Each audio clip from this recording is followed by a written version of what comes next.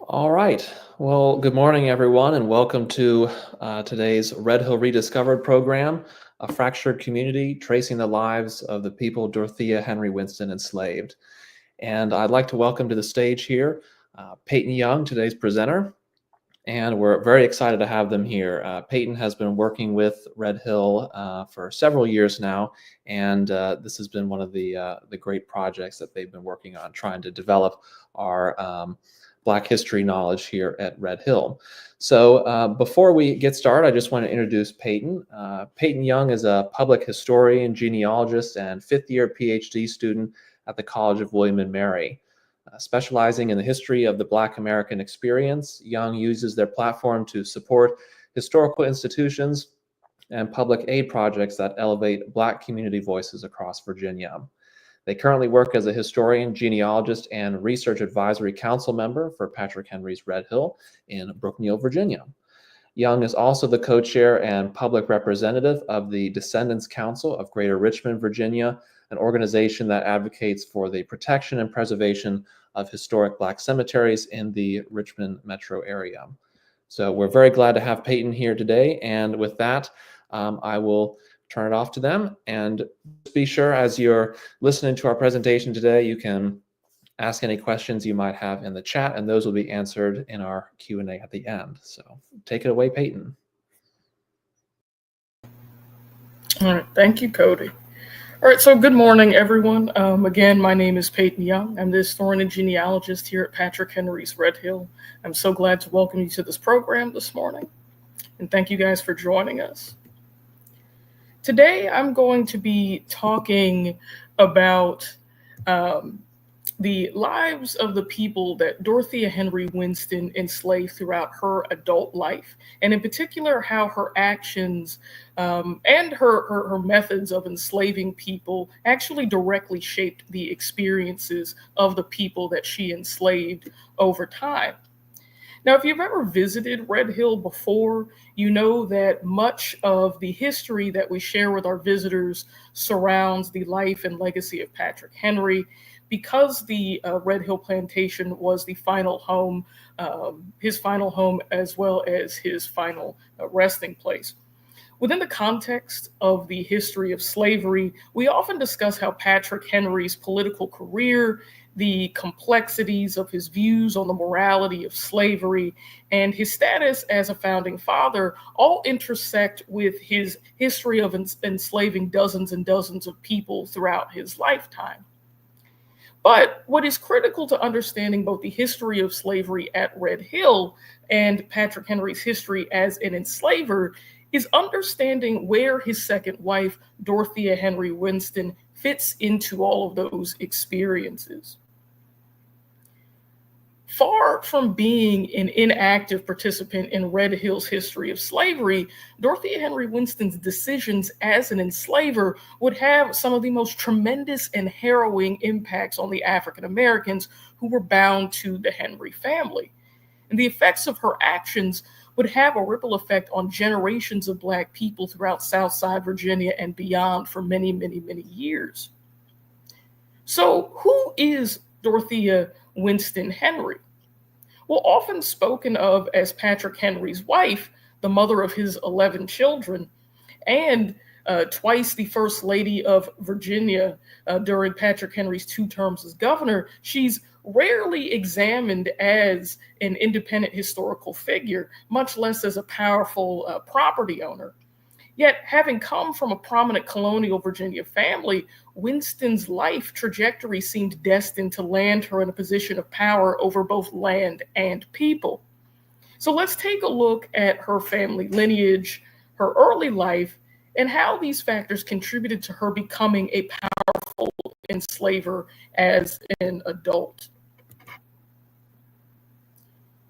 So Dorothea was born Dorothea Dandridge on September 25th, 1757 in Hanover County, Virginia, to parents Nathaniel West Dandridge and Dorothea Spotswood Dandridge. She was descended from several important colonial Virginians, as well as other notable figures in British colonial history. Her maternal grandfather was Alexander Spotswood, who served as the acting governor of the Virginia colony from 1710 to 1722. Her paternal grandfather, William Dandridge, was a captain in the British Navy. Her paternal great-great-grandfather, Thomas West, 3rd Baron Delaware, was Lord Governor and Captain General of the Virginia colony from 1610 until his death in 1618. And the state of Delaware, as well as the Delaware River, are actually named after Delaware. Her father, Nathaniel West Dandridge, was also an uncle to Martha Dandridge, the wife of George Washington, making Dorothea Henry Winston their cousins. Amongst the many civic positions her father, Nathaniel West Dandridge, held, he served as a magistrate for the Hanover County Court. He was a member of the House of Burgesses representing Hanover County from 1756 to 1764, and he was the leader of the county's militia as well for a time. So as we can see, she came from a family of considerable power, social prominence, as well as political influence within the Virginia colony.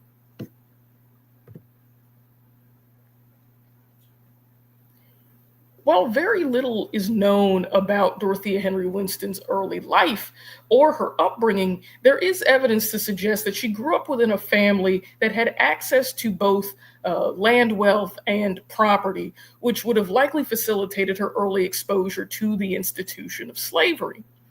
After her grandmother Unity West Dandridge's death in 1753, her father was bequeathed nearly 5,000 acres of land in southeastern Hanover County in accordance with her will.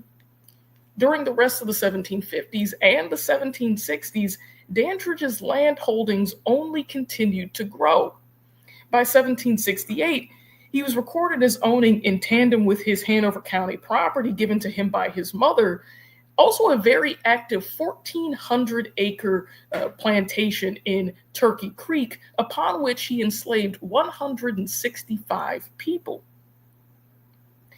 As the daughter of a prominent civic leader and plantation owner, Dorothea Henry Winston was raised within the white colonial population's popular conception of what wealth and stability meant, accruing hundreds and thousands of acres of land and acquiring as many enslaved people to till that land as one possibly could attain. Having come of age within this lifestyle and culture, she would have lived amongst the colony's most wealthy and well-respected landowners, including her future husband, Patrick Henry.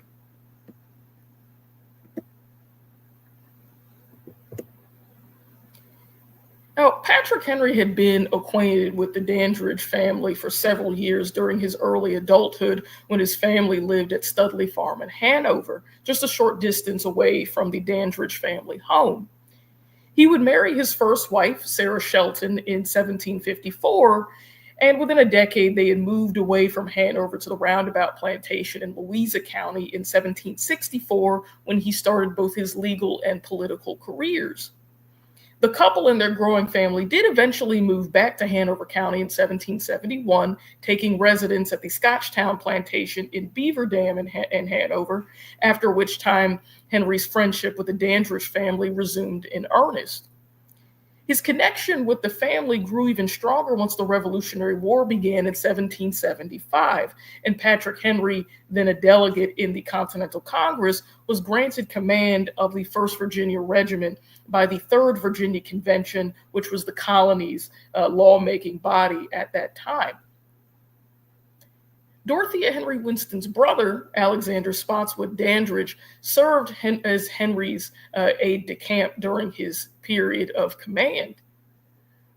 In 1776, Patrick Henry was then elected the first governor of Virginia, and her cousin Bartholomew Dandridge became a member of his executive council. In the midst of the chaos of the Revolutionary period, as well as the strain of his rising political career, Patrick Henry's wife, Sarah Shelton Henry, died at Scotchtown in 1775, leaving behind her husband and their 6 children. 2 years later, Henry began courting the 21-year-old Dorothea Dandridge. The couple married on October 9th, 1777, and Henry received 12 enslaved people as part of his wife's dowry. Soon after their marriage began, Dorothea Henry settled into life in the governor's palace in Williamsburg, where she assumed her role as the First Lady of Virginia until the end of his term in 1779.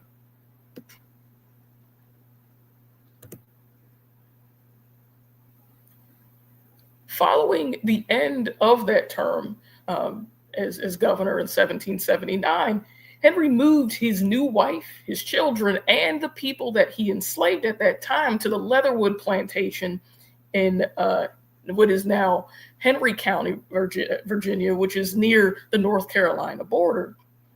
Although it's currently unknown exactly how many people Patrick Henry enslaved at Leatherwood, we do know that it was an active tobacco plantation and that some of the people that he enslaved as early as his early marriage to Sarah Shelton Henry, including an enslaved woman named Dinah, who he had received as part of Sarah Shelton's dowry in 1754, would have been amongst the enslaved community that toiled Leatherwood's land. As the mistress of that plantation, Dorothea Henry would have been responsible for the running of the household and the management of all the enslaved domestics bound therein. The role of the plantation mistress was absolutely core to the functionality of upper-class Southern society and culture. At Leatherwood, she would have been responsible for managing the execution of the daily household and domestic tasks, such as overseeing the cooking, the cleaning, sewing, and washing that was done by the people that she and her husband enslaved. It was her job to ensure that the enslaved people were provided with clothing, that they received medical care when they needed it, as well as distributing their weekly food rations. As was customary on Southern plantations at that time, the mistress of the household held the keys to all of the food stores on the property, including the dry goods stores as well as the smokehouse. That key stayed with her at all times, thus symbolizing the immense amount of power that she held over the lives and the living conditions of those in bondage. The mistress of the home would have also taken the primary responsibility over controlling the dissemination of certain moral codes and cultures amongst everyone who lived in the household and on the broader property, including the enslaved people. Therefore, she would have been in charge of imposing religion upon those she enslaved, teaching them aspects of Christian doctrine, which were often amended to emphasize the enslaver's dominion over the enslaved and to promote the idea that an enslaved person could only achieve salvation if they obeyed their enslaver's every demand. So it was at Leatherwood Plantation that Dorothea Henry would have first experienced what it meant to be a plantation owner's wife and what kinds of responsibilities that positionality would have entailed for her and for the people bound to that land. It was at Leatherwood where she would have likely begun to truly grasp just how much her idyllic Southern lifestyle was reliant on enslaved labor and the agricultural profits that their labor generated for the Henry family.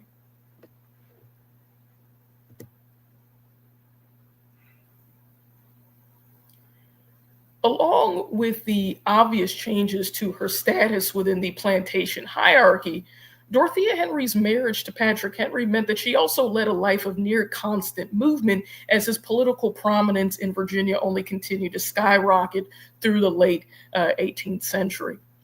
Over the course of the next 15 years, Patrick and Dorothea Henry would move their family and the people they enslaved to multiple parts of Virginia as Patrick Henry pursued his political career, as well as his interest in land speculation, which is a type of high-risk investment in undeveloped lands in which a person buys cheap, undesirable lands in hopes of essentially holding on to that property until it increases in value, and they can then ultimately sell it to someone at a higher profit.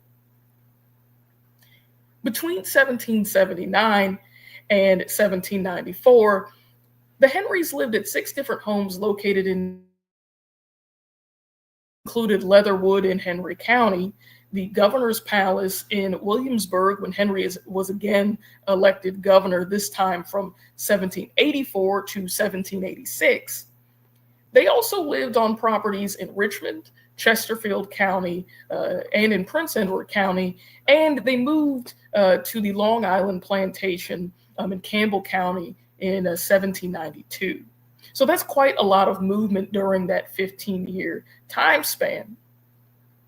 But what is important to consider is the fact that throughout this duration, the Henrys forced the people that they enslaved to move along with them. And whether they were being made to toil cultivating and processing tobacco and other cash crops on plantations in the rural counties, or they were being forced to labor in domestic capacities at the governor's palace, enslaved people, their labor, and both the domestic and the monetary capital that they produced kept the Henry family going throughout the entirety of Patrick Henry's political career, and of course, pretty much all of Dorothea Henry's adult life. Another necessary point to mention here as well is that the fact that between 1754 and 1794, Patrick Henry had been gradually accumulating enslaved people through a combination of circumstances. For example, the first 6 people he ever enslaved, which included Dinah, came from his first wife, Sarah Shelton Henry's marriage dowry. And then when he married Dorothea Henry, her dowry provided him with another 12 people. And he also likely purchased several people throughout his lifetime. And of course, the people that he was already enslaving also continued to naturally reproduce over time as well. And all of these factors contributed to the continual increase of the Black community that the Henrys continuously enslaved throughout Patrick Henry's political career. This meant that all the people they enslaved, as well as those enslaved people's children and their grandchildren that were born during that time span, were all essentially forced to weather this periodic storm of having to raise and maintain their families that would inevitably be uprooted and forced to move, sometimes hundreds of miles at a time, and sometimes from the only homes that they had ever known. This fact really underlines and bolds the constant instability that enslaved communities face while trying to maintain their own family and community bonds amidst the lives and agendas of the people that were enslaving them.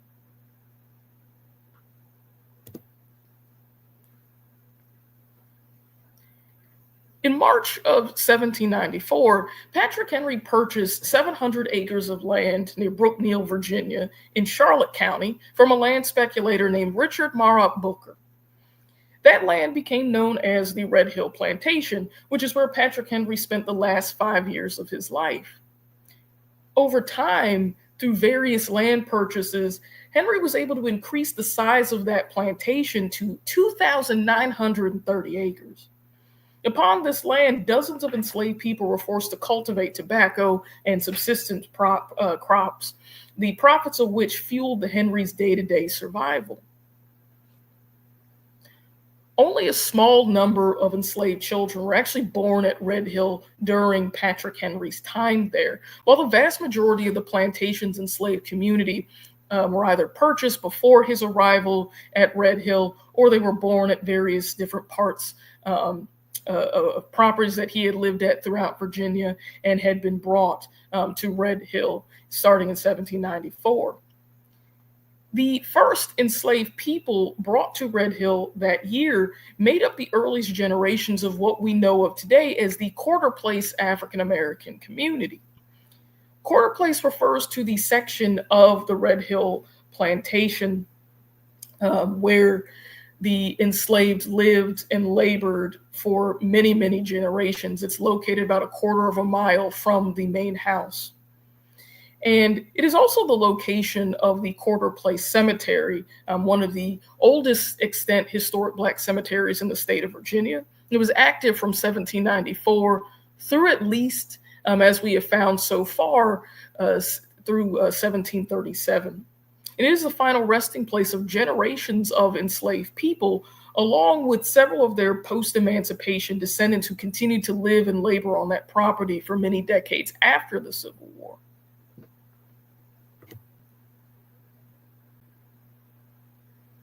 So, as I said earlier, Patrick Henry only lived at Red Hill for 5 years. He died on June 6, 1799. And at the time of his death, he was enslaving 67 people on the plantation. The ages of these people ranged from infants all the way to the elderly. His death and the first estate inventory recorded at Red Hill later on that year gives us some clues as to how enslaved families were valued and devalued within the context of broader Southern plantation life, as well as how commonplace children without parents, for example, were featured within the plantation landscape. I think the most striking example of this is how enslaved families and children were recorded without immediate families in that inventory. For example, there were 9 families that were listed in Patrick Henry's estate inventory, but only the mothers and their children were documented in it. While many of the fathers and their husbands, fathers and husbands of these families were likely documented in that inventory, they were listed in entirely separate places from their families. And this was also the same case for children who weren't recorded at all with a mother or their father or other relatives.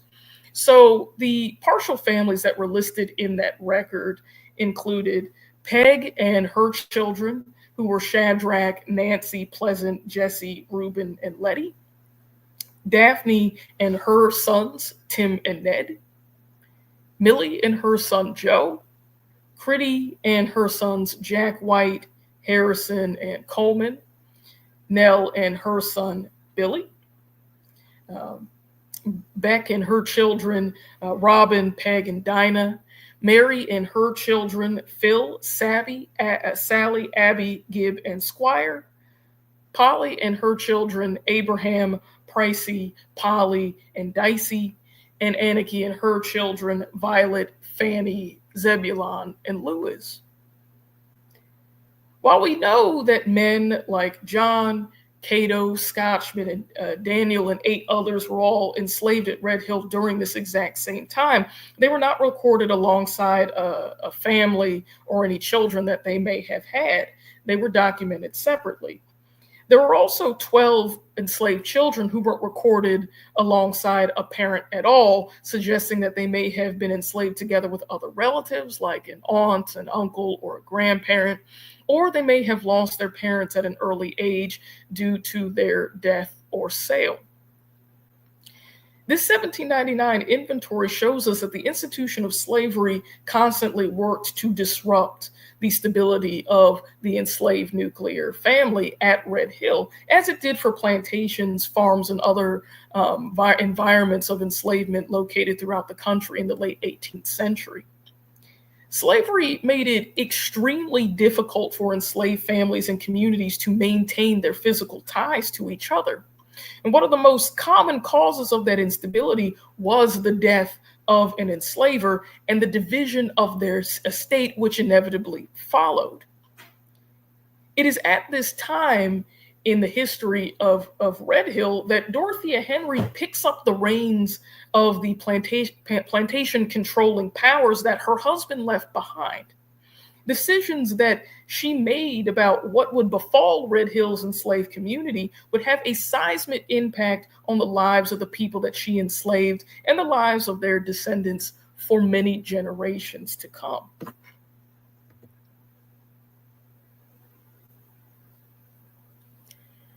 After Patrick Henry's death, Red Hill's enslaved community experienced family separation on a massive scale.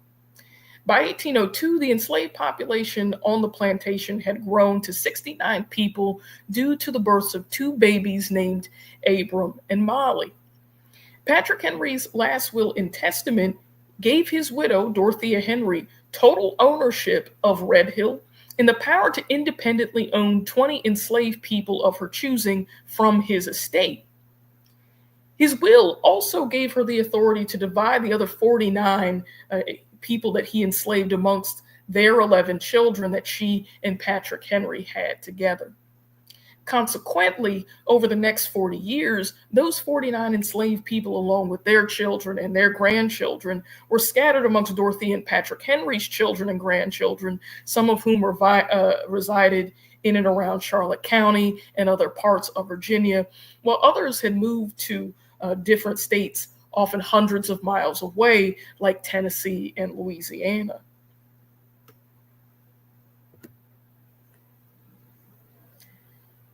Dorothea Henry managed Red Hill by herself from 1799 through 1802. However, the challenges of plantation management, along with raising several children that were still quite young at the time of Patrick Henry's death, led her to seek frequent advisement from one of the executors of Henry's will, which was his first cousin, Edmund Winston, who was a judge in what is now the Virginia Supreme Court. Sometime in 1802, Judge Winston proposed marriage to Dorothea Henry, and the pair married in June of that year. This is thought to have been more so a strategic move on her part rather than a marriage of love, as Winston helped to support her children financially. The couple moved to his plantation called Huntington in Buckingham County, Virginia, where she took the 20 people that she enslaved and had received from Patrick Henry's estate, which were a mix of men, women, and 10 children. Amongst these were 4 families: Peg and her 6 children, Shadrach, Nancy, Jesse, Reuben, Pleasant, and Letty; Daphne and only one of her sons, a boy named Ned; Critty and her 3 boys, Jack, White, Harrison, and Coleman; and a man named Peter and his wife Lucy. She also took 4 other enslaved men with her, and these were Jesse, Caesar, Micaiah, and Isaac.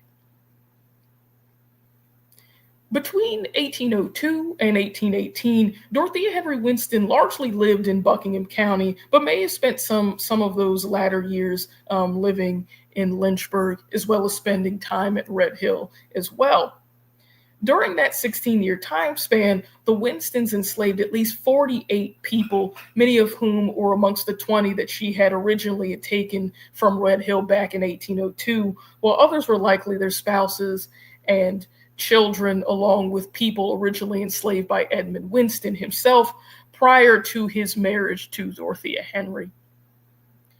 This image here on the screen comes from the Buckingham County Census from 1810, and it is the only surviving record that we have found thus far documenting any enslaved people at Huntington while Dorothea and Judge Winston lived in that area. And this is because Buckingham County's courthouse was burned down shortly after the Civil War, destroying many of the county's court records.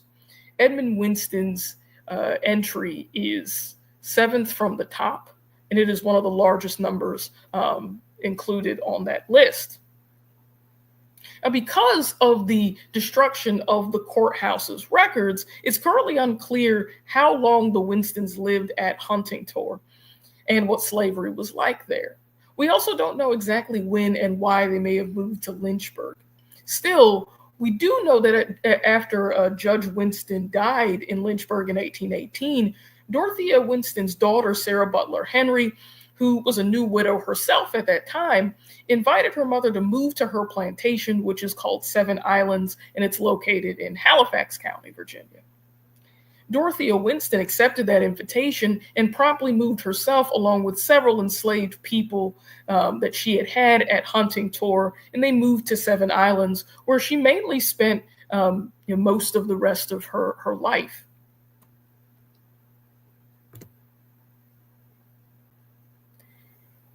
As Dorothea Henry Winston was doing all of this moving around, her youngest sons, Edward Winston and John Henry, had come of age and had moved back to Red Hill, which they had both done by about 1815.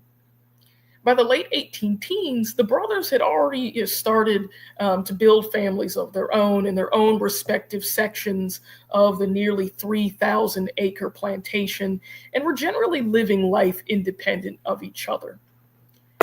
Between 1815 and 1818, the pair were recorded in Charlotte County's tax records as being independent property owners who both enslaved distinct workforces on their sections of the plantation. By 1820, the brothers had legally split the land between themselves, with John Henry's half becoming what we know of today as Red Hill, and Edward Winston Henry's half becoming the Winston plantation. And this division is actually recorded in the 1820 census book, which is shown on the screen. But what's interesting about these tax records is that in 1816, Edward W. Henry was enslaving 26 people on his side of Red Hill, and John Henry was enslaving 28 people on his side. Although there is no surviving tax record for the county for 1817, it can be assumed, based on the consistency of the records previous to and after 1817, that the number of the people the brothers enslaved likely remained roughly the same that year. And that's really important because in 1818, the year Dorothea Henry Winston moved to Seven Islands, all of a sudden, the number of the people Edward and John Henry enslaved fell dramatically. Edward W. Henry's enslaved holdings dropped from 26 to 14 people, and John Henry's dropped from 28 to 18. And that's obviously a pretty striking drop in a very short period of time. So what caused it?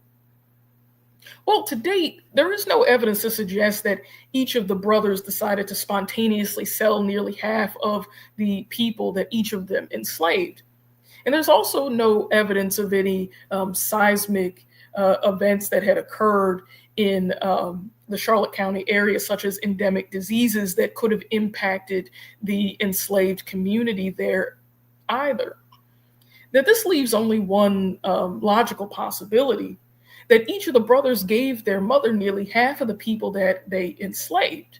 And if this is true, 22 enslaved people from Red Hill would have been taken to Seven Islands, thus creating and perpetuating the culture of family separations that Dorothea Henry Winston had set in motion starting in 1802 when she originally left Red Hill for Huntington in Buckingham County. Now, this is a theory that I'm still investigating in a research process that is made more complicated by the fact that Dorothea Henry Winston very rarely ever recorded her transactions of selling or gifting enslaved people to any of her relatives or other people in Charlotte County or Halifax County or any of the surrounding counties in the area. And this is something that she would have been legally required to do at any time if she was exchanging anything legally deemed as property between herself and others. Still, we can be certain that Dorothea Henry absolutely was moving enslaved people around between herself and her relatives by the time that she moved to Seven Islands, because on December 26th, 1819, she was recorded in the Charlotte County deed book as having gifted an enslaved girl named Daphne to her granddaughter, Maria Rosalie Henry, who was Edward W. Henry's daughter, just one day after her first birthday. She did so in exchange for only $1.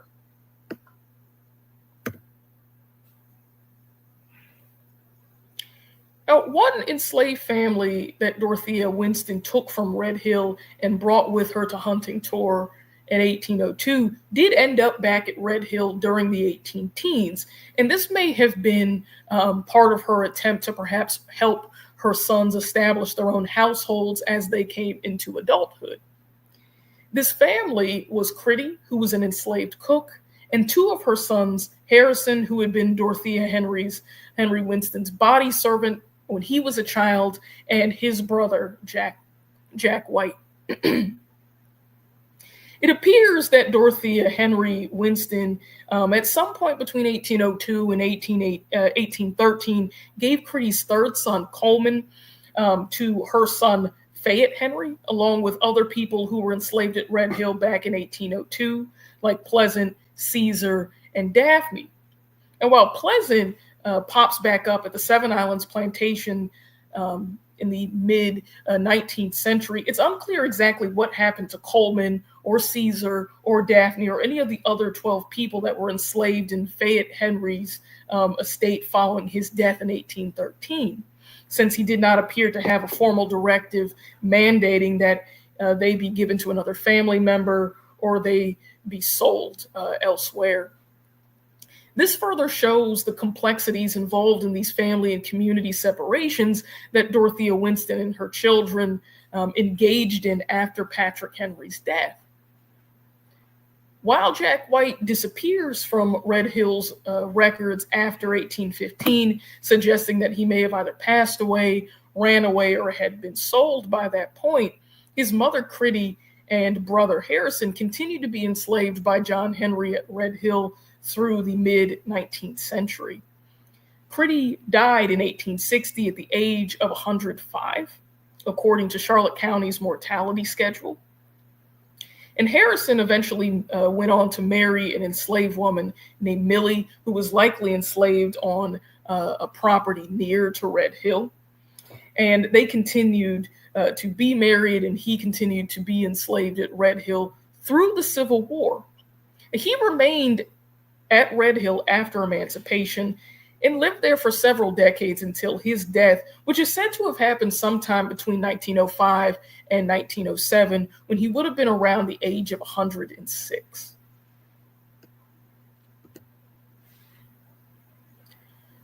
Dorothea Henry Winston died at Seven Islands on February 14th, 1831. At the time of her death, she was only recorded as having been formally enslaving 22 people, but it is very likely that she had been gifting enslaved people to her children and her grandchildren and other relatives long before her death. Of the 22 people that were listed in her last will and testament, she gave 12 of them to her daughter, Sarah Butler Henry, and they remained at the Seven Islands plantation for the rest of their lives. A few of them survived through the mid-19th century. These people were Pleasant, the son of Peg, and the brother of 5 other siblings who I mentioned earlier, Ned, who was the son of Daphne, and Abram. And all 3 of these men were people that Dorothea Henry Winston had removed from Red Hill back in 1802, then moved to Buckingham County, then to Lynchburg, then given some of them to her son, Fayette Henry, and then finally they ended up at Seven Islands during their adulthood.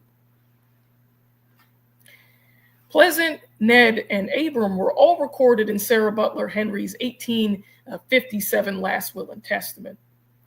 None of Pleasant's brothers and sisters were recorded in Sarah Butler Henry's will, which suggests that they were either sold, freed, had passed away, or had run away years before.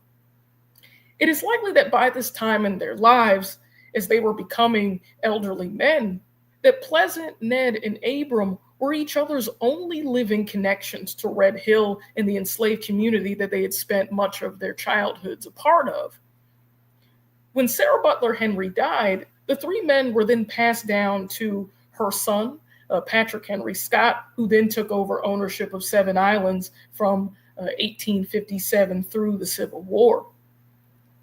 Most of the trio survived through at least 1860, where the men were recorded in the county's slave schedule, which was the enslaved people's census, as being aged between 60 and 70 years old.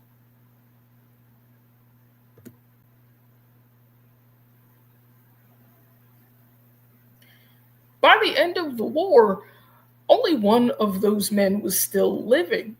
We know this because he was recorded in the Halifax County mortality schedule. This man was Pleasant, and by this time in his life, he was going by the name of Pleasant Scott, showing that he had likely taken the last name of his former enslaver, Patrick Henry Scott. According to that mortality schedule, Pleasant Scott died of old age in the Stanton Township in Halifax County in December of 1869 when he was 83 years old. His entry is third from the bottom in this image. Very little is actually known about Pleasant Scott's adult life. We know that at the time of his death, Pleasant was a farm laborer and that he had also been a widower, but we don't know what his wife's name was or if the couple had had any children. But what is incredible about Pleasant's life is that he lived to see emancipation when very, very few people that Dorothea Henry Winston had enslaved ever did. Perhaps even more remarkable is the fact that so did his youngest sister, Letty Henry Banks, who likely ran away from slavery sometime after 1818. And then after the Civil War, she pops back up living married to a man named Orange Banks in Pittsylvania County, and they were living with their grandchildren. Letty's fourth great-granddaughters, who have both visited Red Hill and recorded their oral histories with us, are living testaments to the fortitude of the people who were enslaved by Dorothea Henry Winston, Patrick Henry, as well as their children and their grandchildren. Despite the terrors of slavery, and particularly the family and community fractures that I've been speaking about throughout this program, African Americans still very clearly persevered through seemingly impossible adversity, and their descendants are proof of that undying tenacity. Again, I want to thank you all so much for attending this program with us this morning. If you have any questions, please feel free to ask them. I've also put my email on the screen in case you have any questions after this program concludes as well. Thank you so much for coming. All right, thank you, Peyton. That was excellent, and even I learned something. But as I mentioned to our folks when we started, if you have any questions, feel free to type them into the chat box or the comment section if you're watching through Facebook, LinkedIn, or YouTube or Instagram. So while your questions are brewing, Peyton, I actually have a question as well. Mm-hmm. When Dorothea was initially looking at the 20 enslaved people that her husband had allowed her through his will, did she consciously try to keep families together in the 20 that she chose? And if so, what would be her reasoning behind that? From my perspective, I'm not entirely sure if she was consciously keeping families together, in part because she had taken adult men with her who could have been a part of other families. She also only took one of Ned's brothers. So in that situation, I think there may have been some utility in keeping larger families together, perhaps like Peg, who had several children who had important domestic capacities within the plantation sphere, like Shadrach, for example, who worked as a coachman for a time. Mm-hmm. So that may have been a motivation. Also, you had Critty and Harrison, who also had specialized employments essentially within the enslaved landscape at Red Hill. So it may have been a situation of just economic and domestic utility, but there also may have been some desire on her part to keep families together. I do think it's also important to remember that, for example, people like Critty, who held extremely important labors or perform extremely important labors within the plantation landscape, like cooking, it would not have been wise of Dorothea Henry Winston to separate her from her children, because this is the person who has control over your food, the food that you eat and the food that your kids eat, the food that your husband is eating. So that's something that she would have likely been conscious of as well. So I would say that there are considerable politics likely involved in deciding who gets to stay in one place and who's going to another. Okay, very interesting. Thank you. And I guess a secondary question here. We know that through Patrick Henry's life, he often wrote about wanting to keep enslaved people together. When he was speaking with a gentleman from Halifax County, he said he wanted to do that because they were desirous of staying together. Why would Henry want to do that sort of thing? Was it, from an economic standpoint that they were of value to keep families together? What do you think his thought process was there? I actually think that Patrick Henry likely embodies a growing sentiment that was brewing in the latter 18th century amongst some white politicians who were starting to really have to grapple with the moral complexities of slavery, particularly during the Revolutionary era and the early Republic, where the rhetoric of about freedom and liberty and universal rights, the rights of man, the rights of human beings, is starting to become a focal point within America's political culture and philosophy as it's formulating into its own independent republic. So I think in one hand, as a person who had expressed issue with the morality of slavery, recognizing that it was an ethical problem, I think in one hand, he likely did recognize the morality involved in keeping enslaved families together. But on the other hand, he also very clearly understood that without enslaved labor, he would not be able to generate the wealth required to have plantations like Seven Islands and Long Island and Red Hill that he maintained through the end of his life, and was able to give those lands to his children. Enslaved labor for him meant the gateway to providing generational wealth for his children and his future descendants.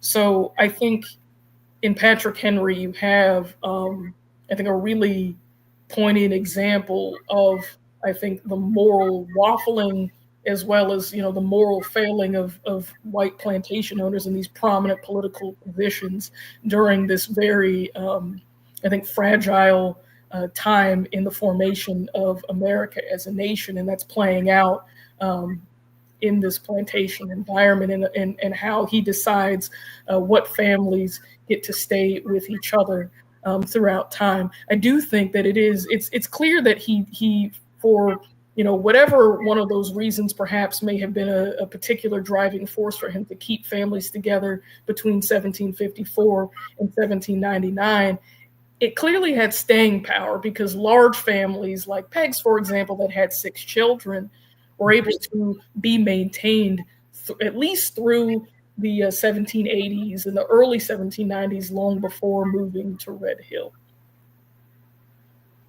All right. Well, thank you very much.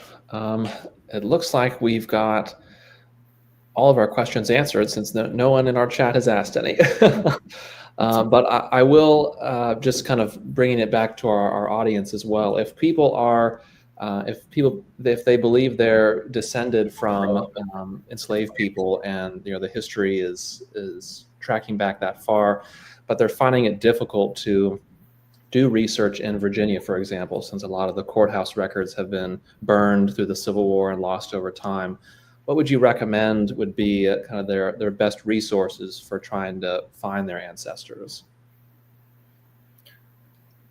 I think the best resources that you can use are free resources. To be honest with you, the most accessible is often the best to utilize. So I would recommend, if you don't have one already, get a family search account. It's very similar to Ancestry.com. It's slightly clunkier, but they do use the same information because they're coming from the same sources. You can build family trees through family search.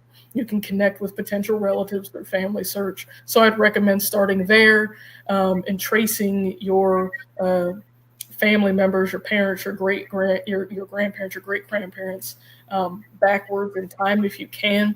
If you do have older relatives who are still living, talking to them about their family history to the extent that they remember it is also a good way to start getting clues as to what kind of research avenues you can utilize. You can also use platforms like Ancestry.com, for example, that do cost money, but they are great organizational tools that help you find different historical documents and organizing them in a way that makes building the timeline of your family's history, I think, very easy and streamlinable. Also, your county courthouses, your local historical societies and libraries often are a wealth of information. And if you're located in the state of Virginia, the Library of Virginia, which is located in Richmond, Virginia, is also a wealth of records about Black history pre-1870. They also have an online resource called Virginia Untold, which has innumerable different records, including WPA records, which are also on the Library of Congress's website if you're interested in things like that. They have WPA records, social histories from different counties, cohabitation records, deeds of sale, death records, all of those different kinds of things that have the names of people that can help you further your research process moving forward. Excellent, excellent. Well, I think that about does it for today's presentation. Again, Peyton, thank you for presenting and for being here today. And thank you to everyone who tuned in. And we will see you next month in December for our next Red Hill Rediscovered program. Thank you, guys.